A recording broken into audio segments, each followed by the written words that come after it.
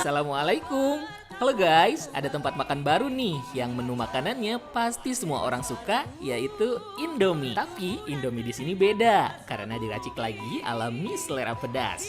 Pedasnya sendiri bisa menyesuaikan dengan kemampuan perut dan lidah kita ya.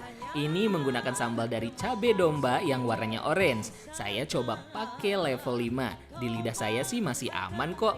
Cukup tertolong karena bumbunya pakai kecap. Jadi pedasnya lumayan teredam. Selain mie kuah, ada juga mie gorengnya. Bisa pilih topping ceker, telur, bakso, sosis, keju, kornet, bahkan nasi putih. Di sini juga ada menu nasi goreng loh. Saya pilih nasi goreng cikur biar terasa aromatik.